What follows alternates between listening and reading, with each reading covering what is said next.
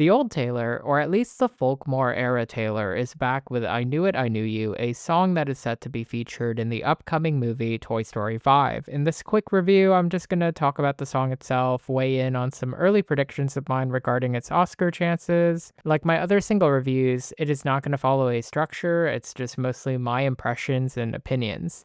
I Knew It, I Knew You is a short and sweet country track that runs just under 3 minutes, something that personally surprised me. When the song was announced, I was expecting something a little heavier, akin to Sarah McLachlan's iconic tearjerker about Jessie from Toy Story 2, When She Loved Me. After all, Pixar, regardless of their recent output, is widely regarded as a prestige animation house that is known for flooring you and getting your emotions, and Taylor herself is known for knockout gut punches to the heart lyrically, so it just felt like that would be the case. Instead, I was pleasantly surprised to hear something that was very upbeat and reminiscent of Swift's earlier country pop fare.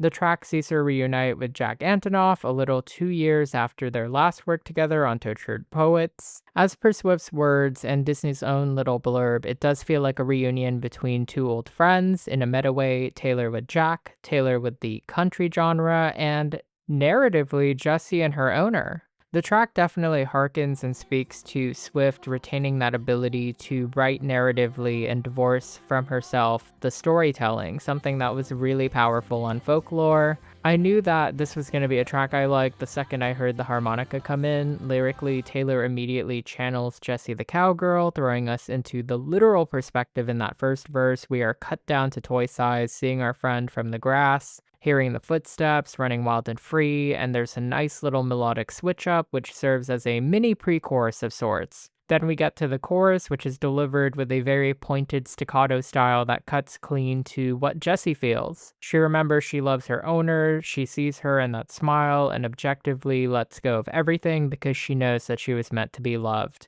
Verse 2 peppers in some short metaphors that I found clever, like the blue mood ring callback to previous tracks. The line about fighting like brothers lends a childlike wonder to it. And the most direct reference to the films themselves are driving around the bend for the last time. It instantly recalls those memories of Emily leaving Jessie behind. And then we get that switch up again, and it's about how love restores life through just a simple word like hi. The vocals leading into the bridge are very great. I felt like the bridge reminded me a little bit of We Were Happy. It's a vault track off Fearless. You kind of feel short pangs of sadness before we get thrown back into that happy chorus. I think the song's length actually sneaks up on you. It's a song that disappears just as quick as it starts, and I don't mind how short it is, just because it satisfies you within its runtime. The first thing I thought about when I listened to this track is that it reminded me quite a bit of Betty and the Bolter, like it was almost a happy fusion of these two tracks. There's a lot of standard Swiftian things in here. The couplets are descriptive, the production feels pretty dynamic setting up the scene, and then it plunges us into a folksy vibe. But lyrically, it's very stained with the sort of nostalgia that evokes Seven and to a degree Right Where You Left Me, but with a much happier ending. Like Betty, the track sees itself end on a note of relief and a release of anxiety upon Jessie's realization that the love is still there and mutual. I feel like a lot of Taylor songs, even this happy peppy song, are tinged with anxiety, and the happy songs are the release of that and acceptance. Sonically, the production's organic and warm tone is a very wonderful palate cleanser. Jack's production lets you actually hear different elements, the drums, the banjo, the saxophone, which is my highlight. I also really adore the bluesy harmonica. I was so happy to hear the sax though. The last time we ever heard it was False God in my memory. Let me know if there was another track with saxophones. This track feels very lived in and experienced, much like Jessie, the character itself. I think it's very intentional, as the film appears to be about the conflict between tech and toys. This track sides with the good old-fashioned, tried and true instrumentation, the old-fashioned toys. I found the song in a way to ironically be a toy-sized version of classic and new Taylor, everything that she's best known for, the tropes of her writing pared down into something that's pretty digestible. I feel like the song is actually more a clever way to get the very young audience into Taylor Swift's music in a way. Toy Story films are often people's first in-theater experience, so there's an opportunity to make a great first impression, and musically, Swift is more than happy to oblige. This might actually be a few youngsters' first ever Taylor song. If that's the mission, and it seems to be the mission of this song, then mission accomplished. However, as for its Oscar chances, those are a little bit more complicated in my opinion. Some of you who know me in real life or follow me elsewhere know that I'm obsessed with film as well, so to get to talk about that, music, award season, and Taylor Swift all in the same conversation is pretty special. And I will be honest, I do think that this song is more or less a shoo-in for a nomination at the very least, but the song is not quite as memorable or immediately striking as previous winning tracks from other pop stars. It's kind of a standard Taylor Swift song that's kind of molded to fit within the Toy Story world, which is great. But honestly, it will depend on the song's usage in the movie. I find that songs that are used in a powerful moment central to the film tend to fare stronger in the competition. If this track is just solely an end credit song or used in a silly little montage, it's a bit of a harder sell to voters. However, if Randy Newman, the film's composer, integrates and weaves the track into the score as a leitmotif, I can see a stronger case here.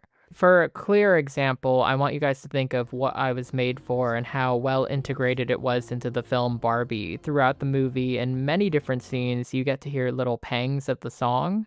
And it all builds up to a strong moment when the song is finally used in the movie and it feels like it's earned. I'm personally not expecting the same sort of thought from Toy Story 5, but it would be a cute and cool way to center the movie around the song and use it as a theme and make a case for Oscar Gold.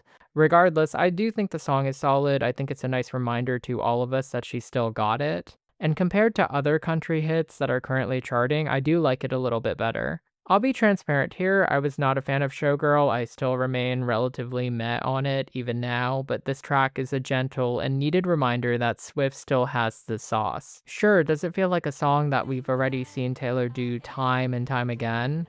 Yeah, but it belongs to a series that also falls into that same if it ain't broke, don't fix it mantra. These things print money, guys. I'm sorry. But personally, for me, it did feel like a reunion with an old friend I hadn't seen in so long. Ironically enough, in my own personal life, I've gotten in touch with a great friend of mine that I had lost contact with for a time, and now I'm overjoyed to be friends with them again, so maybe I'm a little biased here because of that and some nostalgia, but I do recommend giving it a listen. Anyway, you're gonna have to hear it if you go see Toy Story 5, which, let's be honest, I think most of you guys will. These movies print out $1 billion. But cute song. And those are my short thoughts on the new Taylor song for Toy Story 5. Let me know in the comments below what you felt about the song and whether or not you think it has Oscar chances, if you even care about that sort of thing, and your favorite moment from the Toy Story films. I actually grew up watching them too. I think a lot of us did, but I was like really there. Like, I remember one of my first Christmas gifts being a Buzz Lightyear toy, which is crazy, and I'm super old, so yeah. Don't worry, guys, I will be covering Olivia's new album coming out next week, as well as other things. I was supposed to cover Ariana Grande's single, but I still need time to digest that and sort of think about it. I'm also going to see her live in concert and make a video about that, so super excited. Tune in for that. Shout out to my subscribers. Love you guys. Shout out to my members. Thank you for taking that extra step. Shout out to my Substack. Follow it, guys. I swear I will be posting more. And not just stuff on here, just like other things that I've been thinking about. I'm writing one about He-Man. I just saw the movie recently, and I have thoughts about gender and politics and sort of like how that movie works. So yeah. And if you guys want me to cover more movie stuff, let me know.